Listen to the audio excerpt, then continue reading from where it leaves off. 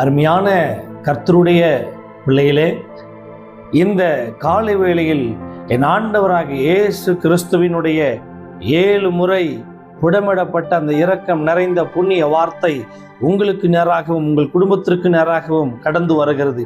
இந்த வார்த்தை கடந்து வந்து உங்களை பார்த்து இந்த காலை வேளையில் என்ன தெரியுமா சொல்லுகிறது? ஒரே ஒரு வார்த்தையை தெளிவாய், கிரயமாய், தீர்க்க தரிசனமாய் சொல்லுகிறார். இதுவரைக்கும் உங்களுடைய வாழ்க்கை பாழாக்கப்பட்டு போய் கிடந்ததா? இதுவரைக்கும் வியாதியிலும் சஞ்சலத்திலும் பாழாக்கப்பட்டு இருந்தீர்களா? உங்களை பார்த்துதான் இந்த காலை வேளையில் என் ஆண்டவராகிய இயேசு கிறிஸ்து தெளிவாய் சொல்லுகிறார், உங்கள் சிறையிருப்பை திருப்பி பாழாய் கிடக்கிற உங்களுடைய வாழ்க்கையில் ஒரு பெரிய ஆசீர்வாதத்தை கொடுக்க போகிறாராம். இந்த வார்த்தையை இந்த ஆமோஸ் புஸ்தகத்தில் எழுதப்பட்டது.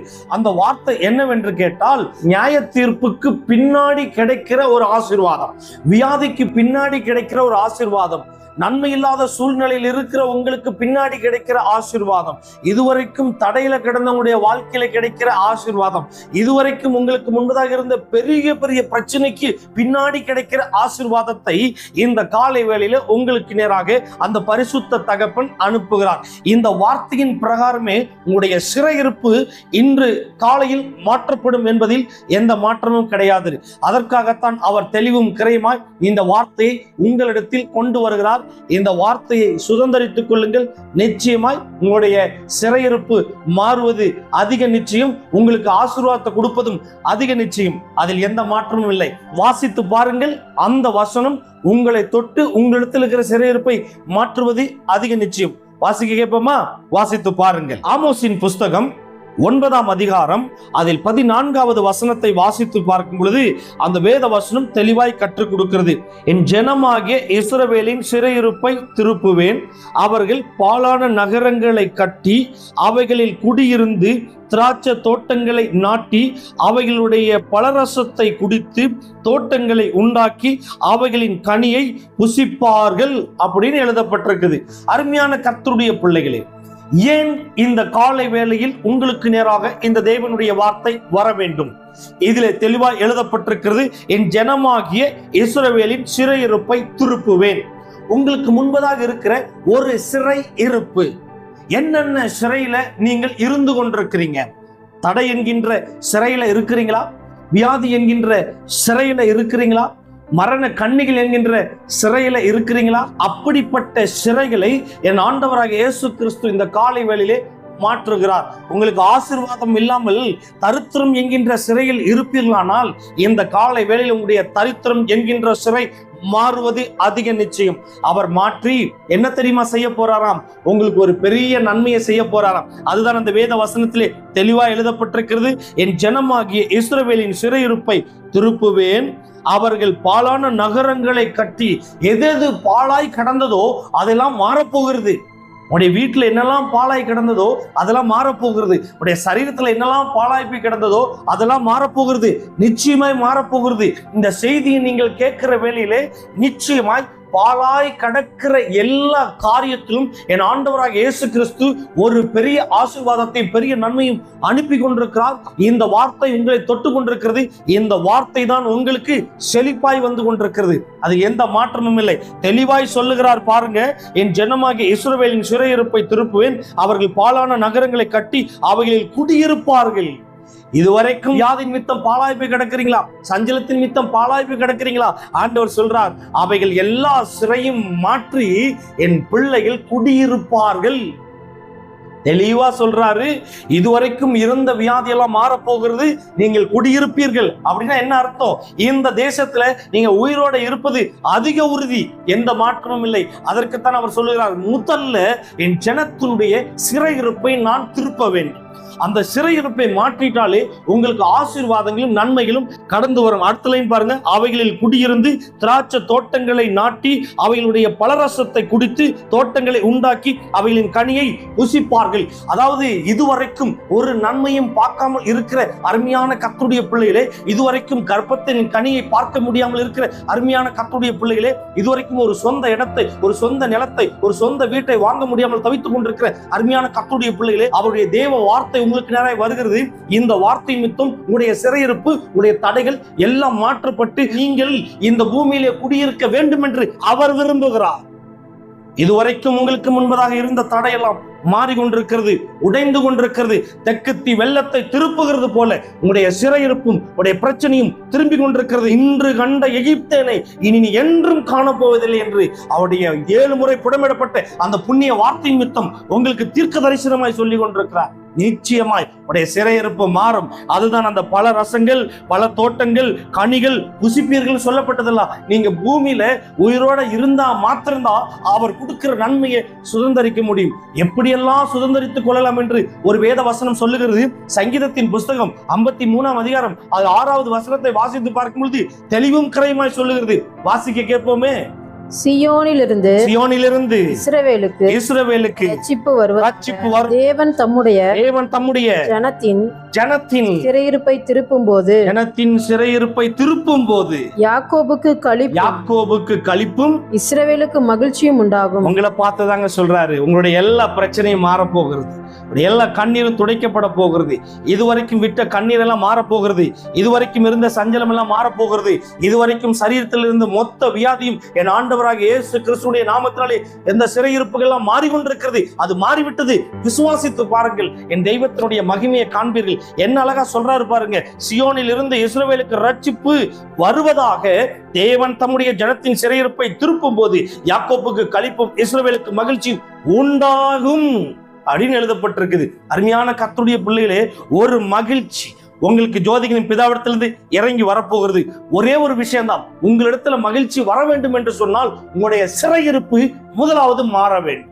அந்த சிறையிருப்பு மாறிட்டாலே அவருடைய மகிழ்ச்சியும் அவருடைய களிப்பும் அவருடைய ஆனந்த களிப்பும் உங்களுக்கு வருவது உறுதி. அது எப்படி தெரியுமா வருதான்? அவரிடத்திலிருந்து அவருடைய சந்தோஷமே உங்களிடத்துல வருதாம். அவரிடத்திலிருந்து அவருடைய ஆனந்தமே உங்களிடத்துல வருதாம். அவரிடத்திலிருந்து அவருடைய ஆறுதலே உங்களுக்கு வருதாம். அதில் எந்த மாற்றமும் இல்லை. கொடுக்கிறவர் யார் தெரியுமா? சர்வ வல்லமை உள்ள தெய்வமா இருக்கிற என் தேவனிடத்திலிருந்து வருகிறதாம். அதில் எந்த மாற்றமும் இல்லை. தயவு செய்து இதை நீங்கள் சுதந்திரித்துக் கொள்ள வேண்டும்.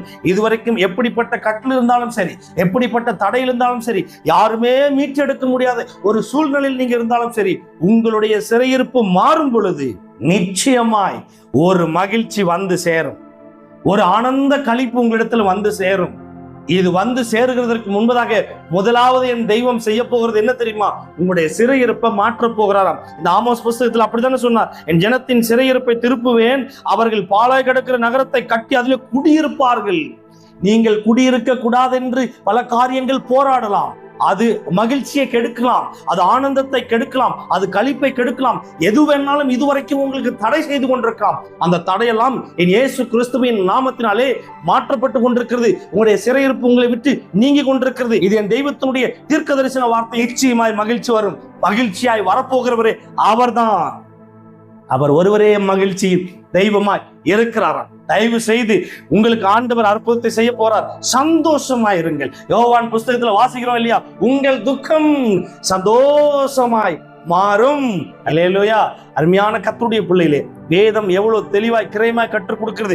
இதுவரைக்கும் இருந்த சிறையிருப்பு, இதுவரைக்கும் வந்த நியாயத்தீர்ப்பு, இதுவரைக்கும் இருந்த எல்லா காரியங்களும் உங்களுக்கு மாற்றப்பட்டு தெய்வத்தினுடைய ஆசீர்வாதம் உங்களுக்கு நேராக கடந்து வருகிறது. இதே வார்த்தையை ஏசாயா தீர்க்கதரிசி சொல்லும் பொழுது எவ்வளவு அழகாய் தெளிவாய் கிரயமாய் சொன்னார் உங்களுக்கு தெரியுமா? வாசித்து பாருங்களே. ஏசாயா தீர்க்கதரிசன புஸ்தகம் 61ஆம் அதிகாரம் அதில் 4வது வசனத்தை வாசித்து பார்க்கும் பொழுது, நெடு நாளாய் பல வருடங்களாய் நீங்க பிறந்து வளர்ந்ததிலிருந்து உங்களுடைய திருமண நாளிலிருந்து இன்னும் நீங்கள் அநேக காரியத்தில் உங்களுக்கு விவரம் தெரிஞ்ச வயதிலிருந்து நீங்கள் எங்கெங்க பாழாய் கிடந்தீர்களோ அவைகளெல்லாம் மாற்றப்படுகிறதாம். இது தெய்வத்தினுடைய தீர்க்க தரிசன வார்த்தை. இது வாசித்து பாருங்களே. இந்த வார்த்தை உங்களுடைய எல்லா பாழாய் கிடக்கிற காரியத்தையும் மாற்றுவது அதிக நிச்சயம். வாசிக்க கேட்போமா? அவர்கள் நெடுங்காலமாய் பாழாய் கிடந்தவைகளை கட்டி பூர்வத்தில் நிர்மூலமானவைகளை எடுப்பித்து தலைமுறையாய் இடிந்து கிடந்த பாழான பட்டணங்களை புதிதாய் கட்டுவார்கள். அதாவது அருமையான கர்த்தருடைய பிள்ளைகளே, உங்களுடைய வாழ்க்கையில ஒரு புதிதான காரியம் நடக்க போகிறதாம். உங்களுடைய வாழ்க்கையில ஒரு புதிதான அதிசயம் நடக்க போகிறதா. இது யாரோ ஒரு மகளுக்கு இந்த தீர்க்க தரிசன வார்த்தை வருகிறது. இந்த தீர்க்க தரிசன வார்த்தையை பெற்றுக்கொள்ளுங்க. நிச்சயமாய் உங்களுடைய பாழாய் கிடக்கிற எல்லா காரியத்தையும் அவர் மாற்றிக் கொண்டிருக்கிறார். அதில் எந்த மாற்றமும் இல்லை. இந்த வேத வசனம் எவ்வளவு அழகா சொல்லுது பாருங்க. அவர்கள் நெடுங்காலம் பாழாய் கிடந்தவைகளை கட்டி பூர்வத்தில் நிர்மூலமானவைகளை எடுப்பித்து தலைமுறை தலைமுறை இடிந்து கிடந்த பாழான பட்டினங்களை புதிதாய் கட்டுவார்கள். அருமையான கர்த்தருடைய பிள்ளைகளே, இந்த வார்த்தை தெளிவாய் கவனித்து பாருங்கள். பரம்பரை சாபம் என்று சொல்வார்கள். பரம்பரை சாபத்தின் மித்தம், பரம்பரை காரியத்தின் மித்தம் உடைய வாழ்க்கையெல்லாம் செழிப்புக்குள் வராமல் இருக்கிறது. உடைய பிள்ளைகளுக்கு ஒரு நல்ல வாழ்க்கை துணை இல்லாமல் இருக்கிறது. உங்களுக்கு இதுவரைக்கும் ஒரு நன்மையை காண முடியாமல் இருந்திருக்கிறது. அதாவது முன்னோர்களுடைய பாவத்தின் மித்தம் நம் பிள்ளைகள் பாதிக்கப்பட்டு கொண்டிருப்பார்கள். அதில் என்ன போடப்பட்டிருக்குது வாசித்து பாருங்க. நிர்மூலமானவைகளை எடுத்து தலைமுறை தலைமுறையா இடிந்து கிடந்த, அதாவது உடைய தலைமுறை தலைமுறையா இதுவரைக்கும் எந்தெந்த பிள்ளைகள் ஆசீர்வாதத்தை பார்க்காமல் இருக்கிறீர்களோ, உங்க தாத்தா பாட்டி பார்க்காம இருந்து, உங்க அப்பா அம்மா பார்க்காம இருந்து, நீங்களும் பார்க்காம இருந்து, உங்க பிள்ளைகளும் பார்க்க முடியாமல் இருக்குமானால், அருமையான கர்த்தருடைய பிள்ளைகளே, இந்த காலை வேளையில என் தெய்வத்தினுடைய வாக்கியங்கள் உங்களுக்கு தெளிவாய் கிரயமாய் இறங்கி வருகிறது. அந்த வாக்கியம் எதுவென்று கேட்டால், உங்களுடைய சிறையிருப்பை மாற்றுகிற அந்த அன்பு, அது இயேசு கிறிஸ்துவினுடைய அன்பு, அவருடைய மகிழ்ச்சி, அவருடைய புகழ்ச்சி, அவருடைய ஆனந்த களிப்பு, இதெல்லாம் உங்களுடைய சிறையிருப்பை மாற்ற போகிறது. சிறையிருப்பை மாற்றும் பொழுது இதுவரைக்கும் இருந்த பரம்பரையா தொடர்ந்து வந்த எல்லா தடைகளும் எல்லா சாபங்களும் இயேசுவின் நாமத்தினாலே நீக்கப்பட்டுக் கொண்டிருக்கிறது. நீங்கள் விசுவாசிக்கும் பொழுது இந்த செய்தியின் மூலமா என் தெய்வம் உங்களுக்கு அற்புதத்தையும் அடையாளத்தையும் செய்வது அதிக நிச்சயம். விசுவாசித்து பாருங்கள். இந்த வேத வசனம் உங்களை உயிர்ப்பிக்கும். இந்த வேத வசனம் உங்களை நடத்தும். இந்த வேத வசனம் உங்களை காப்பாற்றும். அதில் எந்த மாற்றமும் இல்லை. அருமையான கர்த்தருடைய பிள்ளைகளே, ஏசாயா தீர்க்கதரிசி அப்ப மட்டும் அந்த தீர்க்கதரிசியை சொல்லவில்லை. இந்த காலை வேளையில் உங்களுக்கு நேராகும் இந்த தீர்க்க தரிசன வார்த்தை வருகிறது. அவர்கள் நெடுங்காலம் பாழாய் கிடக்கிறார்கள். வியாதியில பாழாய் கிடக்கிறார்கள். சஞ்சலத்தில் பாழாய் கிடக்கிறார்கள். சரீரத்தில் அவயங்களெல்லாம் கெட்டு போய் பாழாய் இருக்கிறார்கள். அநேக சஞ்சலங்கள், அநேக கண்ணீர்கள், அநேக கடன் பிரச்சனைகள், எங்க போவதே என்று தெரியாமல் அநேக இடத்தில் அவமானப்பட்டு தலகுனிந்து கொண்டிருக்கிற எல்லா பாழாய் கிடக்கிற காரியத்திலும் என் ஆண்டவர் என்ன சொல்கிறார்? புதிதாய் நீங்கள் கட்டப் போகிறீர்கள். வீட்டை புதிதாய் கட்டப் போகிறீர்கள். புதிதாய் நிலத்தை வாங்க போகிறீர்கள். புதிதான அநேக ஆசீர்வாதத்தை பார்க்க போறீங்க. புதிதான அநேக நன்மையை பார்க்க போறீங்க. நீங்க எந்த இடத்துல வெட்கப்பட்டீங்களோ அதே இடத்துல கர்த்தருடைய ஆசீர்வாதத்தை நீங்க பார்க்க போறீங்க. அதில் எந்த மாற்றமும் இல்லை. அவர் ஒரே ஒரு விஷயத்தை சொல்றார். எந்த மனுஷனுக்கு முன்னாடி வெட்கப்பட்டீங்களோ அதே மனுஷனுக்கு முன்னாடி உடைய ஆசீர்வாதத்தை பார்ப்பீங்க. இது பார்க்க வைக்க போறது என்ன தெரியுமா? அவருடைய மகிழ்ச்சி, அவருடைய அன்பு நிச்சயமா அவருடைய சிறையிருப்பை மாற்றும். உண்மையான கர்த்தருடைய பிள்ளைகளே, எத்தனை வகையான சிறையிருப்பு நீங்கள் அகப்பட்டு கொண்டிருக்கலாம். மீட்டெடுக்க ஒருவரும் இல்லையே, யார் எங்களை காப்பாற்றுவார்கள் என்று ஒருவேளை நீங்கள் தத்தளித்துக் கொண்டிருக்கலாம். தயவு செய்து கவலைப்படாதீர்கள். இது என் தெய்வத்தினுடைய உயிர்த்தெழுந்த தெய்வத்தினுடைய ஜீவனுள்ள வார்த்தை நான் உங்களிடத்தில் பிரசங்கமாய் சுவிசேஷமாய் நான் சொல்லிக் கொண்டிருக்கிறேன். இந்த சுவிசேஷத்தை நீங்கள் கேட்கும் பொழுது உடைய சிறையிருப்பு மாறும். அதில் எந்த மாற்றமும் இல்லை.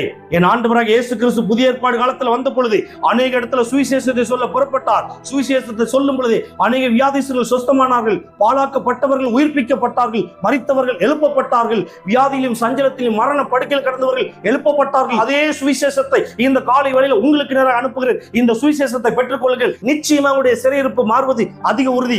சிறையிருப்பு மாற்றப்பட்டு உங்களுடைய வாழ்க்கையில் ஆண்டவராக இயேசு கிறிஸ்து ஒரு அற்புதத்தை நிச்சயமாய் செய்வார். விசுவாசித்து பாருங்கள். என் தெய்வத்தினுடைய பெரிய மகிமையை காண்பீர்கள். சாதாரணமா இந்த சுவிசேஷத்தை அவர் எழுதவில்லை. 7 முறை புடமிடப்பட்ட அந்த மகாபெரிய தீர்க்கதரிசியா இருக்கிற என் ஆண்டவராக இயேசு கிறிஸ்துவை உங்களுக்கு தீர்க்க தரிசனமாய் சொல்லிக் கொண்டிருக்கிறார். நெடுங்காலமாய் காத்திருந்துட்டீங்களா? எல்லாம் உங்களுக்கு தடையா இருக்கிறதா? இதுவரைக்கும் உங்களுக்கு ஒரு முன்னேற்றம் இல்லையா? நிச்சயமா இந்த நாள் முதற்கொண்டு உங்களுக்குள்ள ஒரு முன்னேற்றம் காணப்படும். இந்த முன்னேற்றத்தை கொடுக்கிறவர் மனிதன் வேடம் எடுத்து வந்த என் ஆண்டவராக இயேசு கிறிஸ்து ஒருவரே. அவர் ஜோதிகளின் பிதாவாய் இருக்கிறாராம். அவர் உங்களை பார்த்து கொண்டிருக்கிறார். அதனால் சொல்லுகிறார், உடைய சிறையிருப்புகள் மாற்றப்படும். இதே வார்த்தையை எரேமியா தீர்க்கதரிசி சொன்னார். எப்படி தெரியுமா சொன்னார்? வாசித்து பாருங்களே. எரேமியா தீர்க்கதரிசன புஸ்தகம் 30ஆம் அதிகாரம் 18வது வசனத்தை வாசித்து பார்க்கும் பொழுது கர்த்தருடைய வாயை திறந்து சொல்லுகிறாராம். வாசிக்க கேட்போமே. கர்த்தர் சொல்லுகிறது என்னவென்றால், இதோ நான் யாக்கோபுடைய கூடாரங்களின் சிறையிருப்பை திருப்பி அவன் வாசஸ்தலங்களுக்கு இரக்கம் செய்வேன். நகரம் தன் மண்மேட்டின் மேல் கட்டப்பட்டு அரண்மனை முன்போல நிலைப்படும். இனி உங்களுடைய வாழ்க்கை நிலைப்பட போகிறது. இனி உங்களுடைய வேலை நிலைப்பட போகிறது. இனி உங்களுடைய எல்லா சஞ்சலங்களும் மாறப்போகிறது. சுகம் நிலைப்பட போகிறது. சந்தோஷம் நிலைப்பட போகிறது. ஆறுதல் நிலைப்பட போகிறது. நித்திய மகிமை நிலைப்பட போகிறது.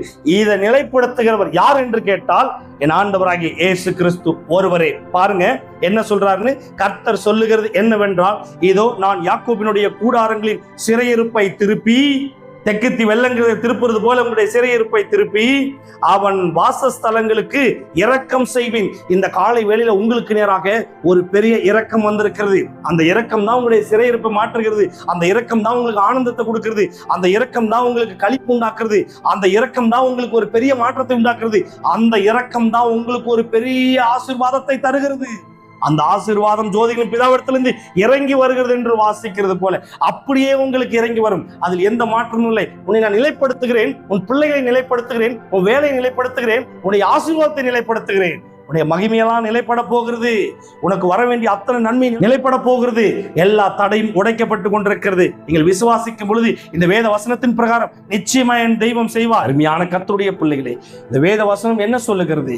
உங்களுடைய சிறையிருப்பை திருப்பி ஒரு மகிழ்ச்சி, சிறையிருப்பை திருப்பி உங்களுக்கு சந்தோஷம், சிறையிருப்பை திருப்பி உங்களுக்கு ஆனந்தம், சிறையிருப்பை திருப்பி உங்களுக்கு களிப்பு, சிறையிருப்பை திருப்பி ஒரு ரட்சிப்பு, சிறையிருப்பை திருப்பி உங்களுக்கு ஒரு வீடு, சிறையிருப்பை திருப்பி உங்களுக்கு ஒரு சொந்த இடம், சிறையிருப்பை திருப்பி உங்களுக்கு ஒரு குழந்தை பாக்கியம், சிறையிருப்பை திருப்பி உங்களுடைய அபயத்தெல்லாம் புதிதாக்க போகிறார். இதை சொல்லிக் கொண்டிருக்கிறவர் என் தெய்வம் ஒருவரே. அவர் ஒருவரே வாயை திறந்து உங்களுக்கு தெளிவும் கரையுமாய் சொல்லுகிறார், மகளே உன் கட்டுகள் அறுக்கப்பட்டு, மகனே உன்னுடைய கட்டுகள் அறுக்கப்பட்டு உன்னுடைய சிறையிருப்பு மாற்றப்பட்டது. நீ விசுவாசிக்க விசுவாசிக்க என் தெய்வத்தினுடைய மகிமையை பார்த்து கொண்டே இருப்பாய். அதில் எந்த மாற்றமும் இல்லை. தயவு செய்து உணர்வுள்ளவர்களாய் அவரை நோக்கி பார்த்து கொண்டே இருங்கள். ஜெபம் பண்ணி கொண்டே இருங்கள். அவரிடத்தில் அநேக காரியத்தை கேட்டுக்கொண்டே இருங்கள். கேட்கிறவன் எவனும் பெற்றுக் கொள்கிறான், தட்டுகிறவன் எவனுக்கும் திறக்கப்படுகிறது என்று சொல்லப்பட்டது போல நிச்சயமாய் ஒருவேளை இந்த செய்தியை கேட்கிற பிள்ளைகள் பல நாட்களாய் நெடுநாட்களாய் காத்து கொண்டிருந்திருக்கலாம். அதனால் உங்களை பார்த்து சொல்லுகிறார், மகளே மகனே சிறையிருப்பு மாற்றப்பட்டது. அதனால் அவருடைய சந்தோஷத்தை அனுப்புகிறார். அதனால் அவருடைய மகிழ்ச்சி அனுப்புகிறார். அதனால் அவருடைய நன்மையான ஆசீர்வாதத்தை அனுப்புகிறார். நன்மையான எந்த ஈவும் பூரணமான எந்த வரமும் ஜோதிகளின் பிதாவிடத்திலிருந்து இந்த காலை வேளையில் இந்த செய்தியின் மூலியமாய் உங்களுக்குள் வந்திருக்கிறது. நீங்கள் சுதந்திரித்துக் கொள்ளுங்கள். இந்த வேத வசனத்தின் பிரகாரம் அபரீத விதமாய் ஆசீர்வதித்து உயர்வை காண பண்ணுவாராக. ஆமீன். இஸ்ரவேலின் ஜெயபலமானவரே, என்ன நோக்கத்துக்காக இந்த வார்த்தை கொடுத்தீரே எனக்கு தெரியாது. கேட்கிற ஒவ்வொரு வார்த்தையும் உம்முடைய பிள்ளைகளை தெளிவாய் கரையமாய் மாற்றத்துக்குள் கொண்டு வரும்படியாக, சிறையிருப்பு மாற்றப்படும்படியாக நான் ஜெபிக்கிறேன். அவருடைய சிறையிருப்பு எல்லாம் மாற்றப்பட்டு சாட்சியுள்ள பிள்ளைகளா இந்த பூமியில வாழும்படியாக நான் ஜெபிக்கிறேன். எல்லா தத்தளிப்பின் பாத்திரத்தையும் நீக்கி போடுங்க. இந்த வசனத்தின் பிரகாரம் பிள்ளைகளை உயிர்ப்பீங்க, ஆசீர்வதிங்க. இயேசு கிறிஸ்துவின் நாமத்தில் ஜெபிக்கிறேன். ஜெபம் கேளும் எங்கள் நல்ல பிதாவே. ஆமேன், ஆமேன், ஆமேன்.